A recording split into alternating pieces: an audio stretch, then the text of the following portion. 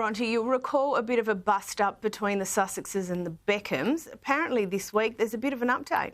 Yeah, this has been a big story this year. You know, David Beckham and Prince Harry actually have a really long history together and they were quite close friends. The Beckhams were at the royal wedding. A quick recap on the feud. It seems that from all reports, Harry and Meghan accused David and Victoria of potentially leaking stories about them to the press. This obviously offended the Beckhams. Now, what's happened recently to add what can only be fuel to this feud is that David Beckham is now having talks with the King himself, apparently about becoming the ambassador to his charity, which of course makes his position on the royal family feud very, very clear. And also, it's against this backdrop of everyone's talking about the Beckhams documentary, which had the biggest premiere on Netflix since Harry and Meghan's documentary early this year. So there is a direct comparison, of course.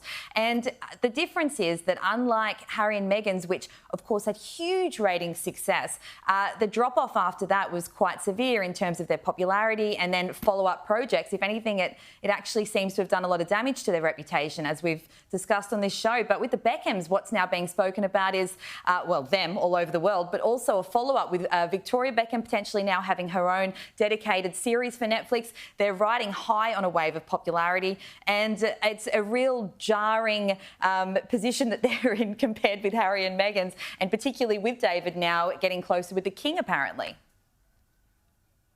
That's delicious.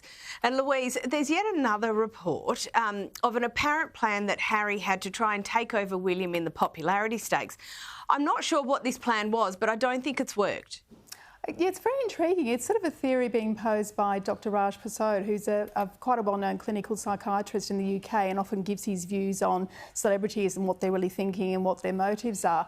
His theory is that potentially Harry's sustained attacks on his family kept him in the headlines and therefore gave him more kind of media acreage than his brother, ergo made him more important than his brother, of course, who is the future king. I don't understand the sort of science behind it really. It's a delicious theory, to use your word from earlier, in a way that he's somehow got some one-upmanship on his brother. But we all know in the reality is, of course, he cannot hold a candle to his brother as far as, you know, international footprint and reputation.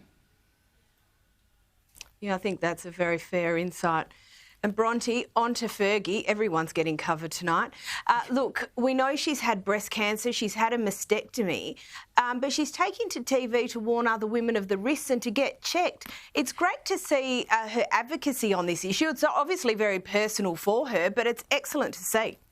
Absolutely. Mostly what we've heard from Fergie in recent years is just her, you know, speaking out in defence of Prince Andrew and things like that. So it's actually really nice that she's using her platform now in the wake of this, what would have been a devastating moment for her, of course, and the mastectomy that she got in June, to now be warning other women to keep getting checked. She's going to be on a UK panel show called Loose Women later this week, and which is a very popular show among women. And she's urging people to just make sure they stay up to date with those checkups because, as she said herself, she actually planned to skip her check that day, but her sister convinced her to go. So she's warning of what can happen because she had no symptoms at all, and it really was a massive shock to her when she got that cancer diagnosis. So I love seeing her use her platform for this. After all these years, it's funny, she's kind of a royal outlier at times, I suppose, but at the end of the day, people have great affection for Fergie, and she can really, you know, send a message, and it's great that she's speaking up and using her platform for this.